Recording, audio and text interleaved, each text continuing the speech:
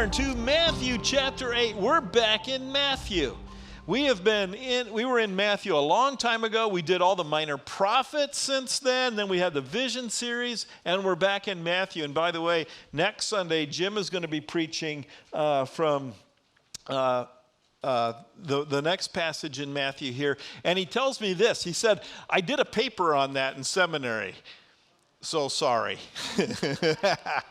No, he'll do it well. So we're back in that. Now I just want to summarize. The last time we were in Matthew, we were looking at chapters 5, 6, and 7, which is the Sermon on the Mount.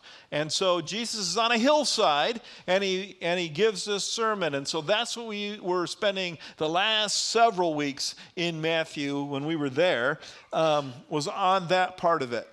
And so this is chapter 8, and it starts out when Jesus came down from the mountainside. So you get this idea of where that's at. So while you're turning there, I just want to let you know we're talking about radical faith.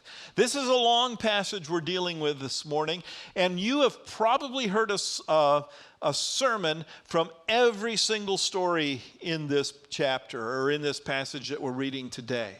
But I think it's important that we look at them as a whole, and we're going to see how people's minds were changed, or at least how their thinking was challenged by what Jesus was talking about when he was talking about a kingdom. For the last several years, I saw a thing called a one wheel. Anybody know what a one wheel is? Kim does. Go to that. That's a one wheel. And I've seen people actually riding these things a few times. And they're just trucking along. And one time when we saw it, really caught my attention because Kim and I were on vacation down in Daytona Beach. And, you know, Daytona's got that hard sand. You can drive your car on it. And we were just sitting there on the beach, and all of a sudden, one of these things rolls by. And the thing that got my attention was the guy riding it. I'm not in shape anymore, but this guy was way out of shape. I'm not young anymore, but that guy was old. And he goes just cruising down this thing, and so I thought, oh man, I got to have one of these. Come to find out they're ridiculously expensive, so unless I get out in the garage and build my own, that's not going to happen. But I did go on YouTube, and I was checking them out. And I was watching these people learn how to ride these things, and it didn't look that hard. And everything, and I had this incredible vision of what it would be like for Tom to have a one wheel. All the fun I could have, all the places I could go. I could be cruising around Door. I lost electricity yesterday for most of the day. So yeah, I could have gone down cruising Door in my one wheel. And I had this vision of how cool it would be to have one of these things. And I was just ready to say, man, that would be nice. Maybe somebody will give me one someday. And then the last thing I saw as I was leaving, you know, on YouTube, they have all these other videos that you might want to watch. One wheel crashes. So I had to click that, right? The wipeouts were incredible. I mean, these people biting the dust, you know, that front, it is possible to push that down. When you lean that way, it's supposed to speed up, but, you know, it comes a point where, in fact, they even sell aftermarket little wheels that keeps you from, but there's a lot of people, they're going down, biting the dust. And it was bad. I mean, this is not just a little fall. This is just eating it. And I thought to myself, okay, the dream has now been shattered. That's what we're looking at today. But it's a good thing because Jesus' idea, his vision for kingdom, was much better than what we could have on earth. Follow along as I read Matthew chapter 8, beginning in verse 1. When Jesus came down the mountainside, large crowds followed him. A man with leprosy came and knelt before him and said, "Lord, if you are willing, you can make me clean." Jesus reached out his hand and touched the man. "I am willing," he said. "Be clean." Immediately he was cleansed of his leprosy. Then Jesus said to him, "See that you don't tell anyone, but go show yourself to the priest and offer the gift Moses commanded as a testimony to them." When Jesus had entered Capernaum, a centurion came to him asking for help. "Lord," he said, "my servant lies at home paralyzed, suffering terribly." Jesus said to him, "Shall I come and heal him?" The centurion replied, "Lord, I do not deserve to have you come under my roof, but just say the word and my servant will be healed. For I myself am a man under authority with soldiers under me. I tell this one, go, and he goes, and that one, come, and he comes. I say to my servant, do this, and he does it." When Jesus heard this, he was amazed, and he said to those following him, "Truly I tell you, I have not found anyone in Israel with such great faith. I say to you that many will come from east and west and will take their place at the feast with Abraham, Isaac, and Jacob in the kingdom of heaven. But the subjects of the kingdom will be thrown outside into the darkness, and there will be weeping and gnashing of teeth." Then Jesus said to the centurion, "Go, let it be done just as you believed it would." And his servant was healed at that moment. When Jesus came into Peter's house, he saw Peter's mother-in-law lying in bed with a fever. He touched her hand, and the fever left her, and she got up and began to wait on him. When evening came, many who were demon-possessed were brought to him, and he drove out the spirits with a word and healed all the sick. This was to fulfill what was spoken through the prophet Isaiah. He took up our infirmities and bore our diseases. When Jesus saw the crowd around him, he gave orders to cross to the other side of the lake. Then a teacher of the law came to him and said, "Teacher, I will follow you wherever you go." Jesus replied, "Foxes have dens and birds have nests, but the Son of Man has no place to lay his head."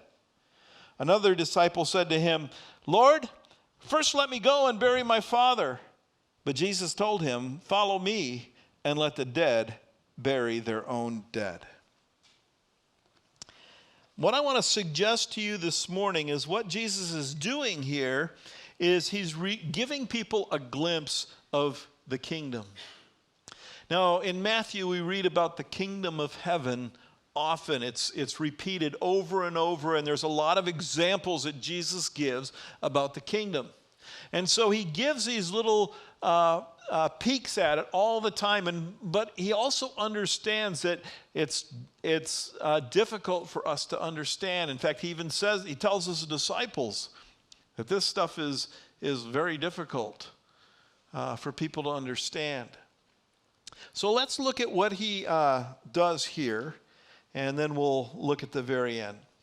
So Jesus reveals his kingdom. The first thing we saw was that Jesus heals the leper. He heals the leper. And we need to understand a few things about the leper. First of all, the leper is an outcast. He is not allowed to live in any town. He had to live outside of the town. If they were in a camp, they had to live outside the camp. They had to keep a distance. There was at least 61 laws regarding how a leper and a normal person could contact. Well, you couldn't, but all the rules about how they interacted with each other.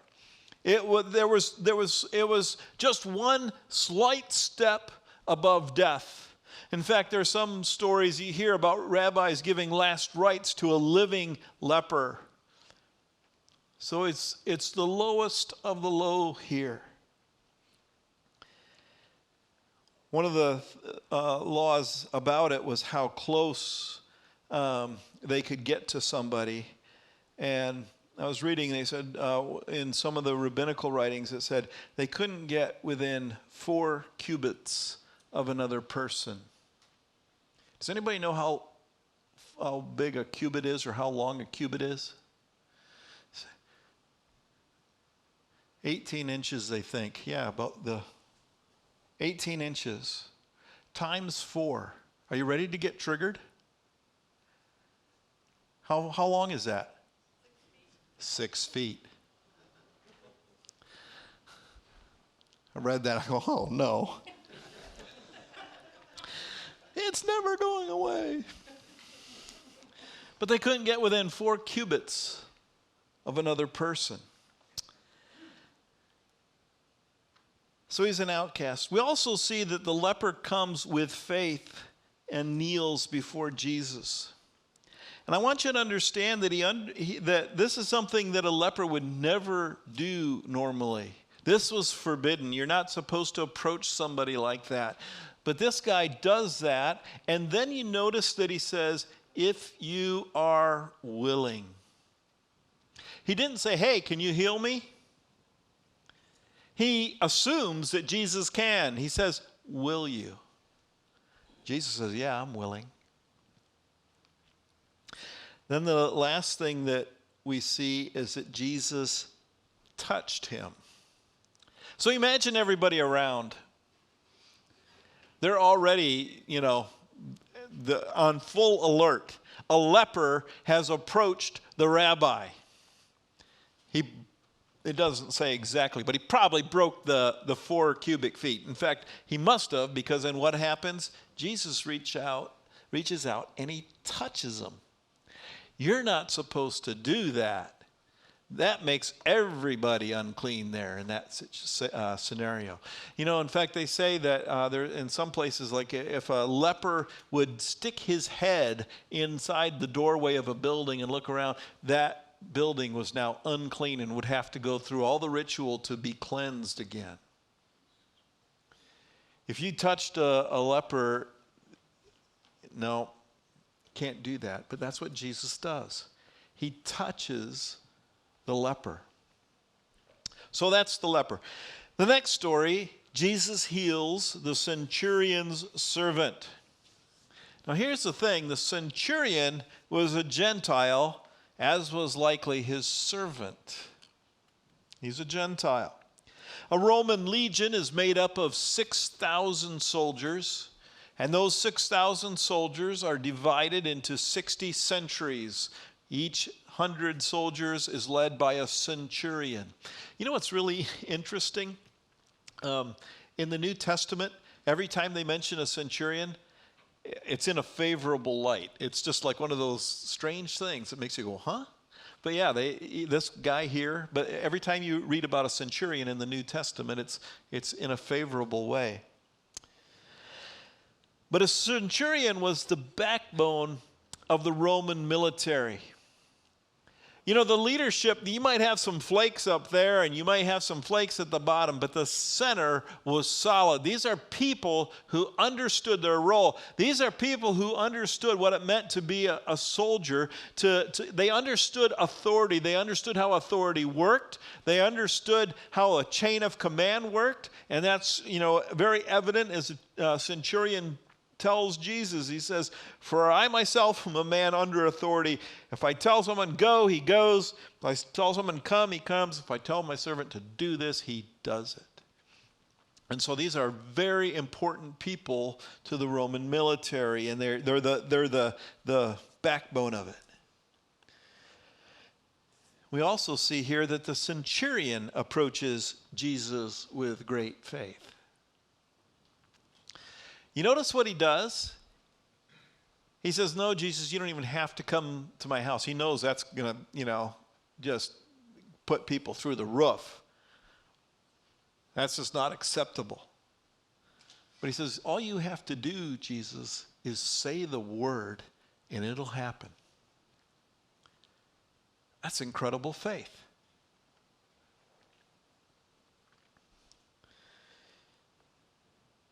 Jesus shocks the Jews. This is what's going on. The Jews are thinking, one of the things that they're always talking about is this messianic banquet that's going to take place in the future, and all of them are going to be there. And Jesus basically tells them that, no, there's going to be people from the east to the west, in other words, non-Jews, they're going to be at that banquet. And those of you who think you're going to be at the banquet, you're going to be out. I say to you, verse 11, I say to you that many will come from the east and the west and will take their places at the feast with Abraham, Isaac, Jacob in the kingdom of heaven. But the subjects of the kingdom will be thrown outside into darkness, where there will be weeping and gnashing of teeth. So Jesus just absolutely shocks them there. And you notice then that he heals the servant without even seeing him. So the leper, he touched, which now we know he didn't have to do that. It's really interesting. That's a good study, by the way. If you look in the Bible, in the New Testament, in the Gospels, as Jesus is doing miracles, he does all kinds of stuff. In one place, he spits and then takes some mud and he rubs it. And you kind of wish, if you were the blind man, you'd want to say, hey, Jesus, how about, just saying it?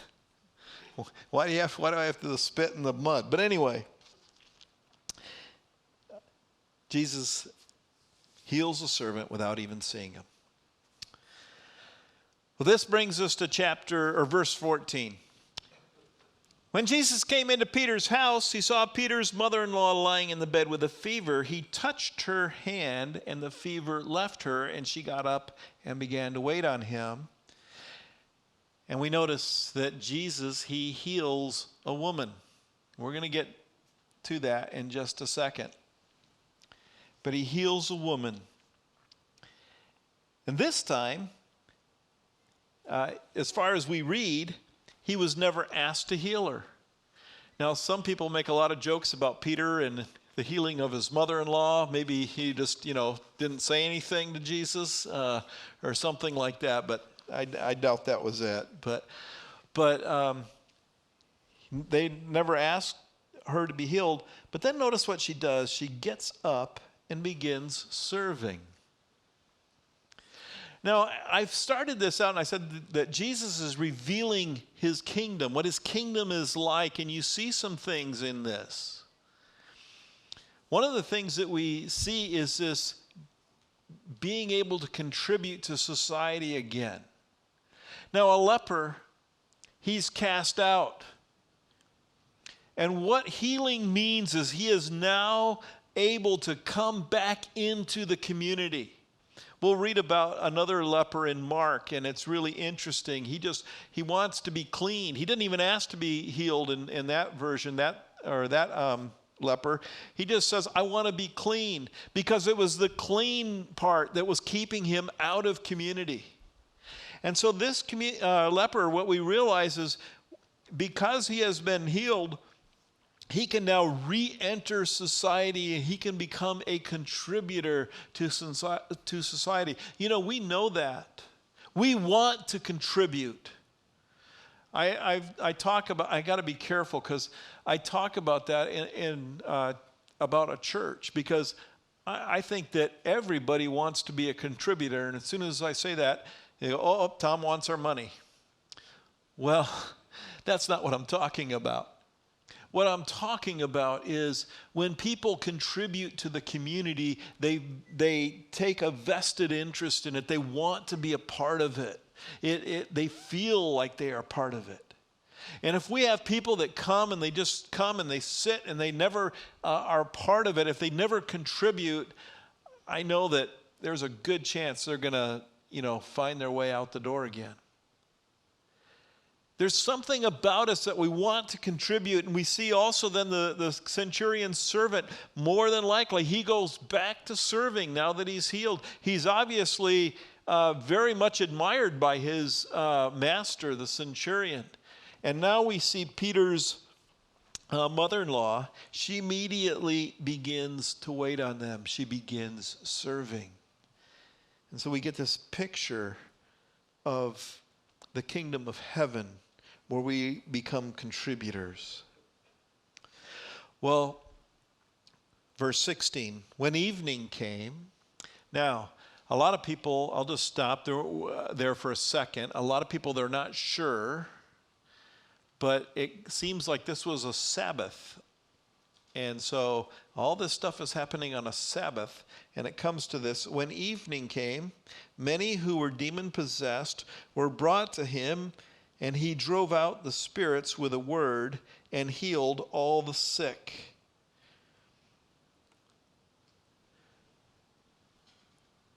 What we think is happening here is now these are Jews, because they couldn't come to Jesus before evening because it was a Sabbath. But now that the Sabbath is open or over, it gets done in the evening. Now they can come and they can bring these people, and so there's this whole raft of people that come, and Jesus heals them. Now I want to put the whole thing in perspective for you. So first we have a leper, an outcast. And then we have the centurion's servant, a Gentile. And then we have Peter's mother-in-law, a woman. And now we have the rest of the Jews that come to Jesus.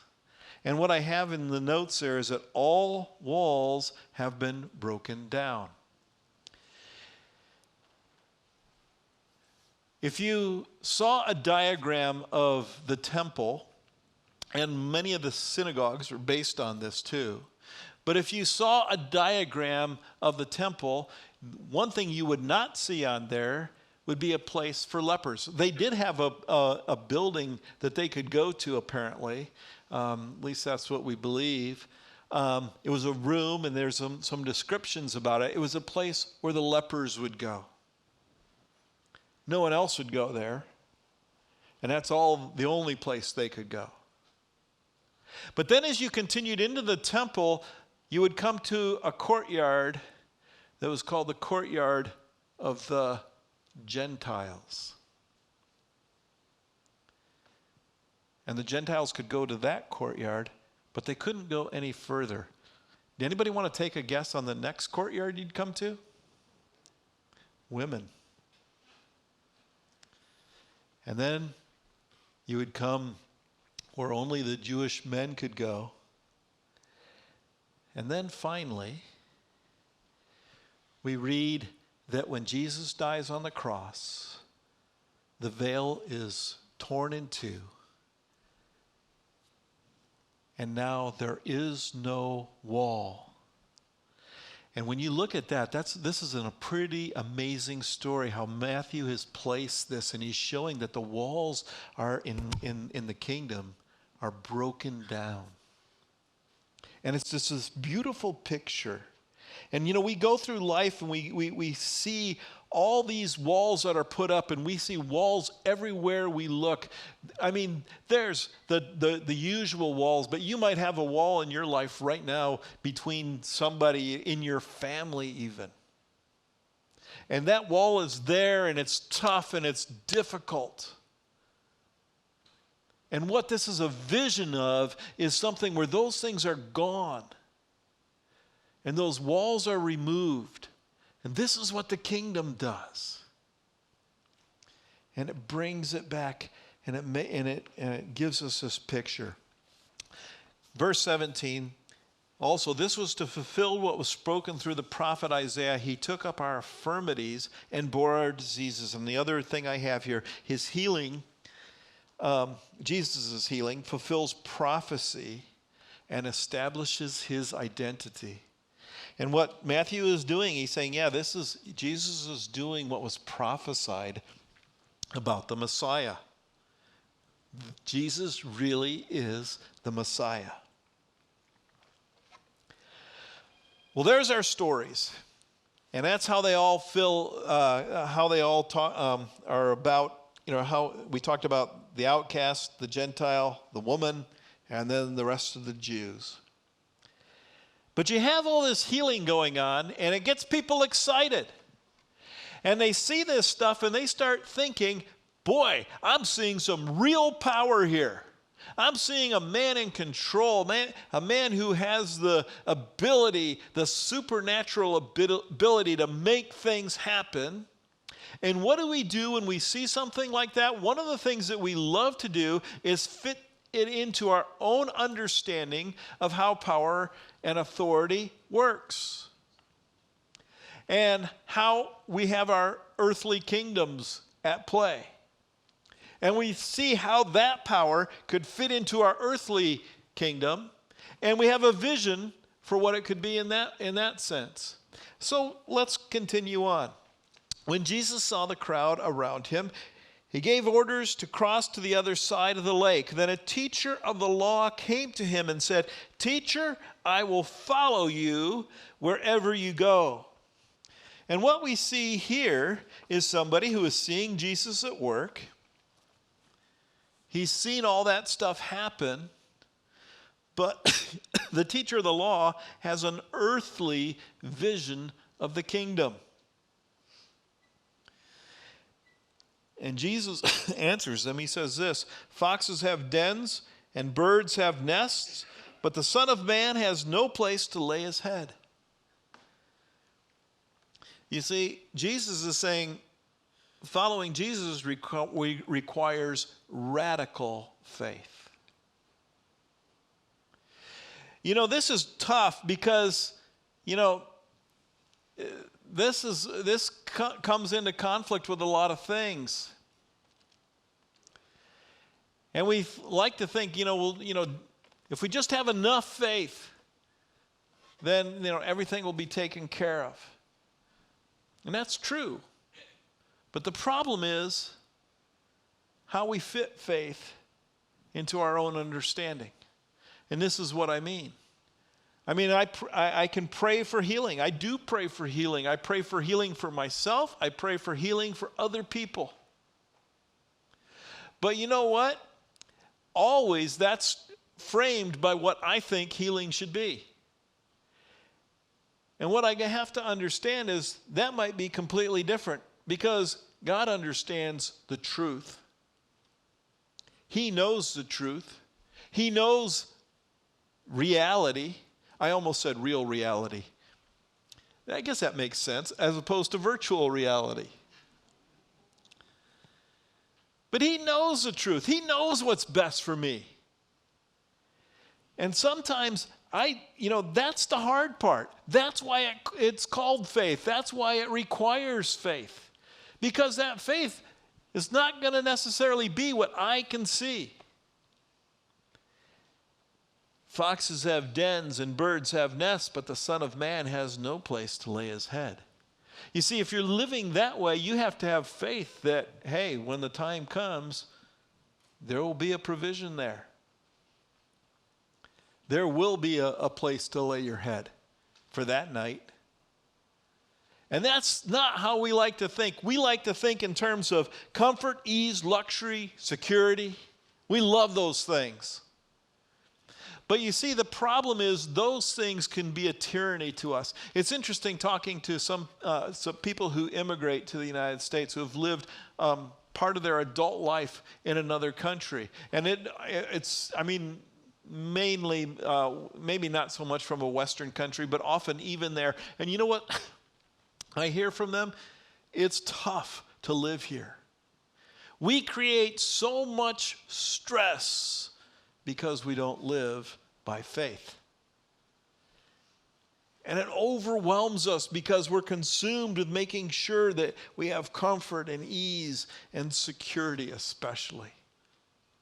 And we strive after that, and everything, the stress is there, and all of that is there just so that we can keep our head above water, and that's often what it feels like. And we wonder, how are we going to survive? And then something will happen. We'll have a crisis in our lives, and then we're going, maybe the car breaks down, and you're going, how am I going to pay for this now? And then, maybe it's a medical thing. It's like, how am I going to pay for that? Or how, and it goes on and on. And did I tell you my power went out yesterday?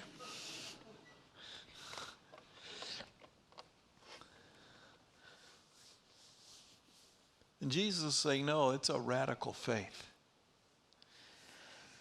He goes on, another disciple said to him, "Lord, first let me go and bury my father." But Jesus told him, "Follow me and let the dead bury their own dead." And when you read that, you're like, Jesus, come on, man. There's a couple of scenarios. Some people say that this could have been an elder son who was responsible for overseeing the burial rituals for his father, and that would have been very important.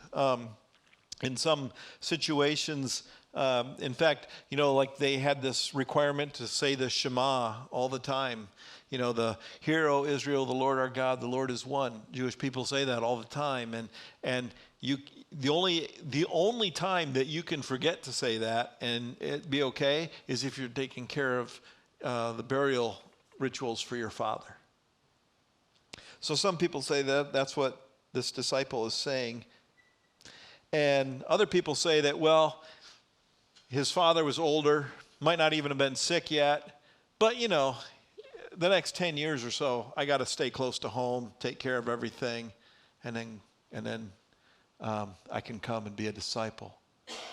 And what Jesus is saying is, no, I'm your highest priority. It's so easy to put Jesus off because of other priorities.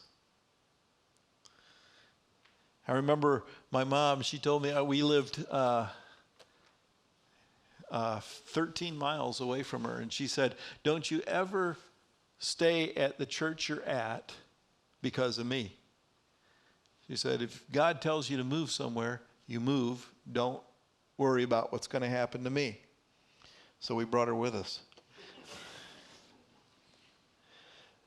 But that's the thing. It's Jesus says, no, my kingdom is different. It's not what you think. It's a kingdom that relies on radical faith, and you have to make it your highest priority.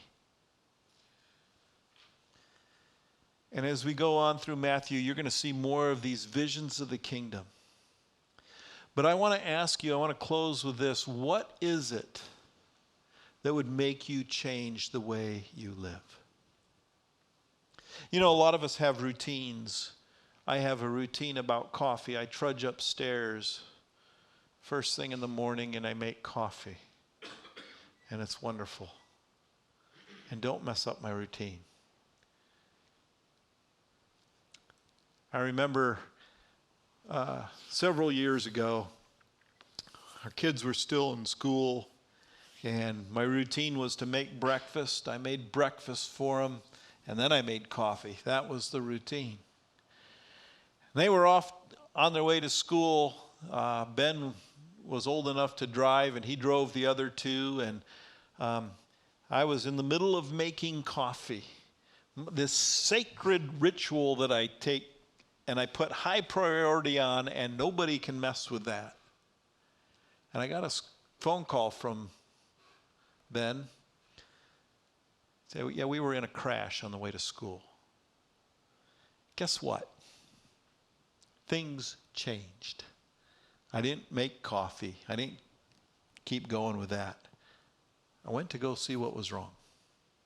They had a car pull in front of them, T-boned it. It was not a good situation. Our kids were fine. The other people had some issues, but they were all okay in the end. But it's one of those things, that will make you make a change.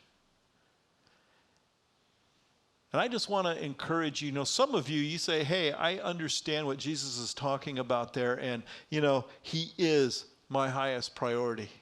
I understand his kingdom, and that's what I'm striving for. It does take this radical faith.